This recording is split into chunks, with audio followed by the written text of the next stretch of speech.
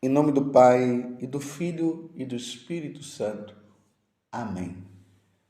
Estava próxima a Páscoa dos judeus e Jesus subiu a Jerusalém.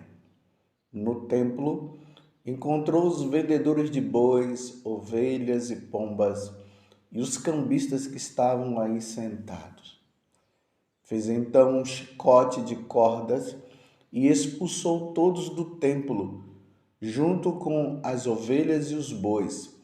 Espalhou as moedas e derrubou as mesas dos cambistas. E disse aos que vendiam pombas: Tirai isto daqui, não façais da casa de meu pai uma casa de comércio.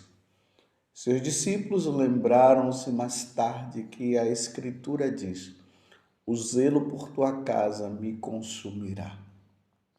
Então os judeus perguntaram a Jesus: Que sinal nos mostras para agir assim? Ele respondeu: Destruí este templo e em 3 dias o levantarei. Os judeus disseram: 46 anos foram precisos para a construção deste santuário e tu o levantarás em 3 dias? Mas Jesus estava falando do templo do seu corpo. Quando Jesus ressuscitou, os discípulos lembraram-se do que ele tinha dito e acreditaram na Escritura e na palavra dele. Palavra da salvação, glória a vós, Senhor. Meus irmãos e minhas irmãs, nós estamos hoje, de maneira especial, no Evangelho de João, capítulo 2, do versículo 3 a 22, diante dessa controvérsia. Jesus que entra no templo e, em vez de encontrar os sacerdotes oferecendo sacrifício a Deus, em vez de encontrar lá um lugar onde as pessoas estariam ouvindo o ensinamento da palavra, ele se depara com as autoridades, permitindo que a casa de Deus fosse um lugar onde se estavam vendendo bois, ovelhas, pombas, e os cambistas estavam ali sentados, mudando a moeda chamada a moeda sagrada, mudando a moeda profana pela moeda sagrada para se comprar esses animais, as pombas, as ovelhas e outras coisas para o sacrifício. Então eles tinham perdido o objetivo da casa de Deus, do templo de Deus, que foi construído lá por Salomão, por um desejo que existia no coração de Davi de construir a casa de Deus. A casa de Deus é a casa de oração, é a casa onde nós vamos para rezar. A casa de Deus é para rezar. Mas por que hoje nós estamos vendo esta leitura? Porque a igreja está em festa. A igreja católica está em festa. Hoje, o nosso olhar está voltado para a basílica dedicada a Jesus Salvador, que foi construída por Constantino lá no século IV e que também tem como os patronos desta grande basílica São João Evangelista e São João Batista. É chamada Basílica de São João de Latrão. É de Latrão porque era o palácio, da família imperial, chamada Latrão, que depois este palácio se tornou essa basílica chamada Basílica Papal. Para você entender melhor, a Basílica de São João de Latrão, ela é a Catedral de Roma. Por exemplo, quando o Papa é escolhido, ou seja, o bispo de Roma é escolhido no conclave, ele imediatamente ele vai para esta catedral e ali ele senta, assumindo a diocese de Roma, só que ao mesmo tempo assumindo toda a igreja. Então, o bispo de Roma é o Papa.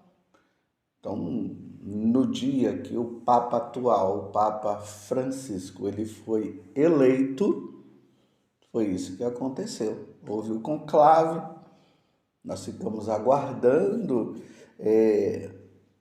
a fumacinha branca, né? Então, quando a fumacinha branca saiu, aí lá naquela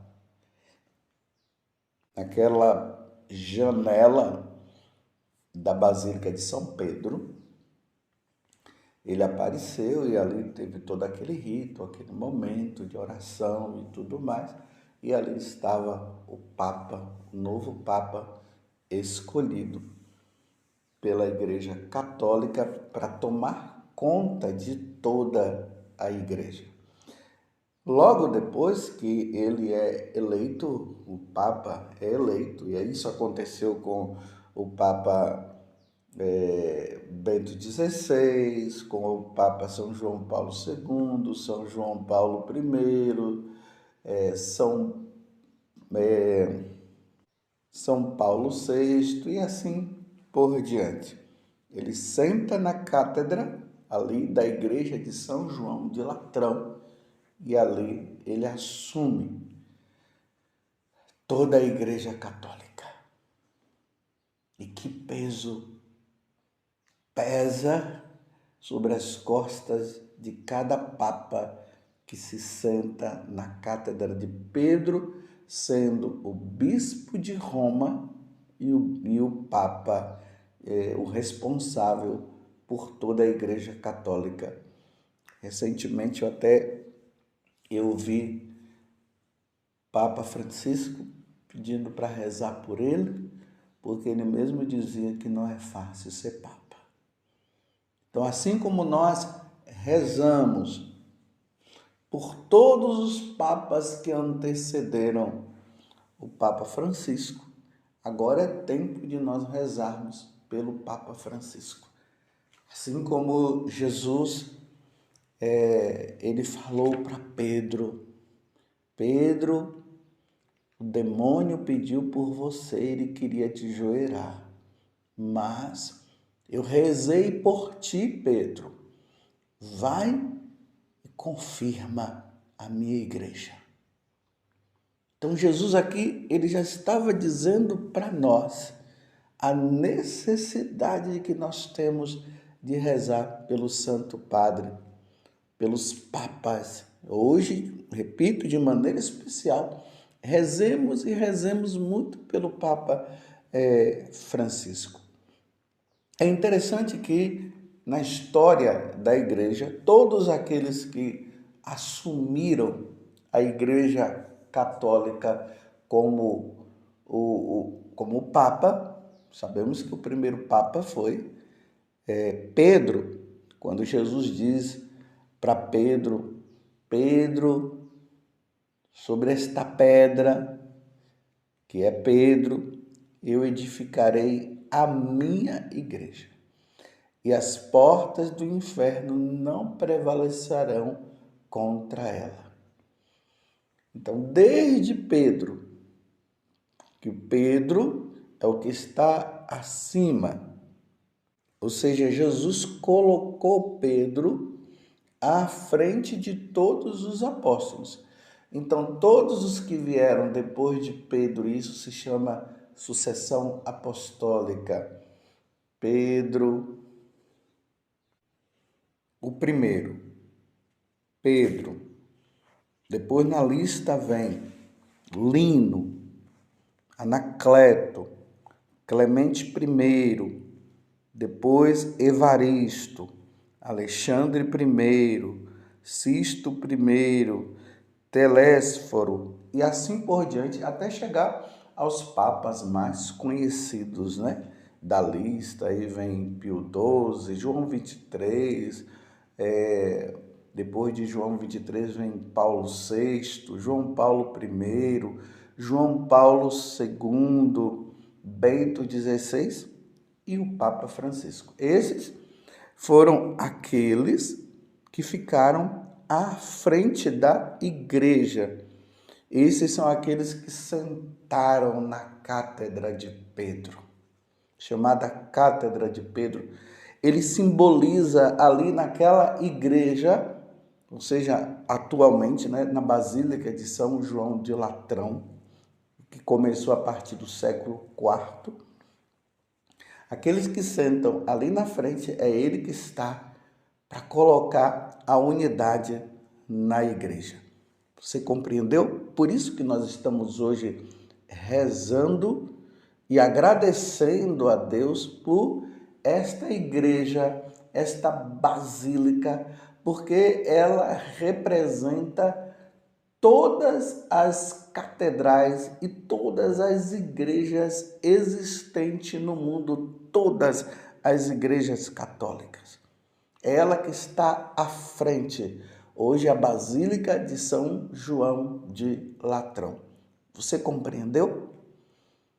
Então, Deus precisou também que tivesse uma construção aonde os membros da igreja pudessem se reunir para oferecer sacrifício, fazer as orações, rezar e adorar a Deus. Isso já começou lá com Davi, quando ele mandou construir o templo, e foi o filho dele que construiu, e até os tempos de hoje, quando vem a Igreja Católica e tem essa igreja.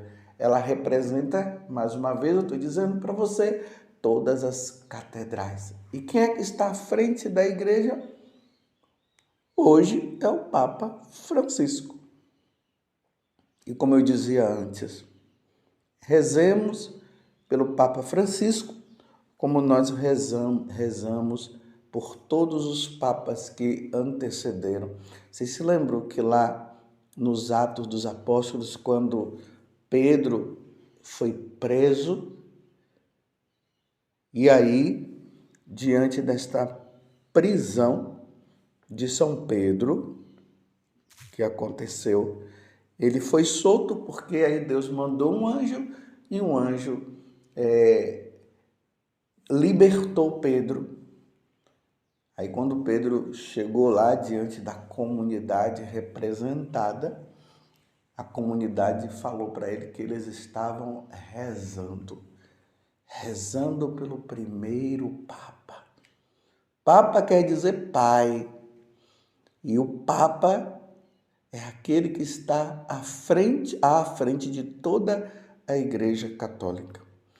Mas todos os papas existentes na Igreja foram papas santos? Infelizmente não, meus irmãos. Os primeiros papas foram santos. Muitos dos papas, não só os primeiros, né? Estou falando os primeiros aqui, mas para dizer, Pedro foi santo e assim por diante. Mas nós tivemos também na igreja maus papas. Infelizmente, nós temos que admitir. Papas que não foram bons papas.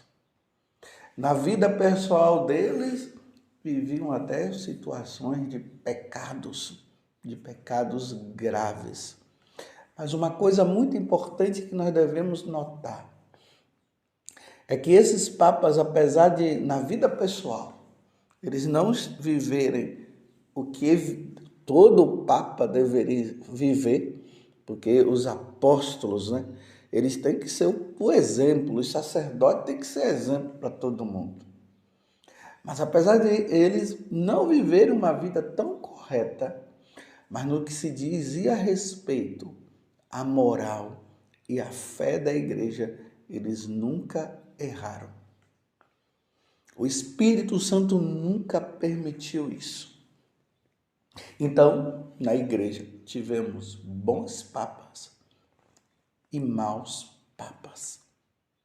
Por isso que eu e você, eu como sacerdote, preciso rezar pelo Papa e você também precisa rezar pelo Papa. É por isso que na oração ali da liturgia da Santa Missa, tem um momento que nós dedicamos a rezar pelo Papa e pelos bispos, porque os bispos são os sucessores dos apóstolos e o Papa é o sucessor de Pedro. E aí a igreja, dentro do sacrifício da Santa Missa, além das orações que nós rezamos pelas almas do purgatório, pelos fiéis, pela perseverança da igreja, nós rezamos lá pelo Santo Padre, o Papa, e nós falamos hoje o Papa Francisco, como antes se falou de Pio XII, João 23 e Pedro e assim por diante. Precisamos rezar, porque a missão de um Papa não é uma coisa fácil, não é muito fácil. Os bons papas chegaram ao céu. Os maus papas, infelizmente, foram condenados. Isso é uma verdade, meus irmãos. Nós temos que entender isso. Nós estamos diante da fraqueza humana. Existem papas no céu, papas no purgatório, precisamos rezar pelos que estão no purgatório, e tem papas que provavelmente devem ter se condenado. Essa é uma grande verdade. Admitir, dizer que todos os papas foram santos. Se todos os papas foram santos, por que a igreja não canonizou todos? Você pode ver que tem papas que foram canonizados e papas que não foram condenados. Se a nível civil existem pessoas que estão no céu, outras que estão no purgatório e outras no inferno, na hierarquia da igreja também isso acontece. Na vida religiosa acontece. Tem pessoas que não conseguiram atingir o grau de santidade suficiente para entrar no céu. Claro, nós sabemos que quem está no purgatório está salvo, mas que tem papas que foram condenados, tem. Isso é uma lógica. Eu estou falando racionalmente, mas não estou dizendo para você que foi esse ou aquele papa, não estou falando isso. Eu estou dizendo que na lógica racional, quando a gente estuda a história da igreja, nós vemos que a vida desse ou daquele papa demonstra que provavelmente ele não se salvou. Tem outros que nós olhamos assim e dizemos, foi para o purgatório, já deve até ter saído e está no céu. E tem outros que nós dizemos, esse aqui sim, esse foi santo, tanto que a igreja canoniza. Então, meus irmãos, por que eu estou falando tudo isso hoje, no dia da cátedra, da dedicação da Basílica de Latrão? Estou falando isso porque nós estamos vivendo tempos difíceis na igreja. Só não vê quem não quer ver. Muita confusão na igreja. E eu nunca vi isso, claro, eu tenho só 57 anos, mas nesses 57 anos que eu estou na igreja, porque graças a Deus, desde criança eu fui católico, eu nunca vi tempos tão difíceis que nós estamos vivendo. Por isso, precisamos rezar pelo Santo Padre, o Papa. Rezemos pelo Papa Francisco. Rezemos, meus irmãos, pelos bispos, rezemos pelos sacerdotes. É preciso rezar. E como precisamos rezar nos tempos atuais.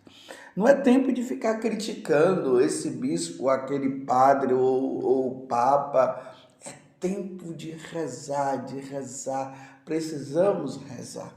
Tanto que nas aparições de Nossa Senhora, o que ela diz? Rezemos pela igreja, rezemos pela hierarquia da igreja, rezemos pelo Papa, rezemos pelos bispos, rezemos pelos sacerdotes, rezemos pelos diáconos. Vamos rezar.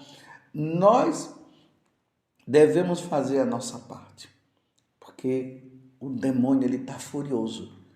Como diz lá no livro do Apocalipse, com pouco tempo lhe resta. Então, aonde é que ele vai atacar? Ele vai atacar primeiramente a hierarquia da igreja. Porque atacando a hierarquia da igreja, ele vai ter toda a igreja na mão dele. Então, ele ataca os sacerdotes, ataca os bispos, os diáconos, os cardeais, ataca o Papa, querendo fazer de tudo para que haja um desvio dos ensinamentos de nosso Senhor Jesus Cristo. Mas o que me conforta é quando Jesus disse para Pedro que as portas do inferno não vão prevalecer contra ela. Graças a Deus, as portas do inferno não vão prevalecer contra ela. Não vão. Mas mesmo assim, meus irmãos, quantas pessoas se perdem? Quantas pessoas vão se perdendo? Bispos se perdendo, padres se perdendo. E eu preciso pedir encarecidamente a vocês, rezem também por mim. Rezem, não estou dizendo que eu sou melhor, não, eu sou pior do que todos os outros padres. Por isso, rezem por mim também, para que eu não me desvie da sã doutrina, para que eu ensine o que a igreja sempre ensinou, que eu seja dedicado às coisas de Deus. Rezemos pelo Santo Padre, o Papa, e viva a Igreja Católica e viva a Igreja de São João de Latrão, a igreja de todas as igrejas.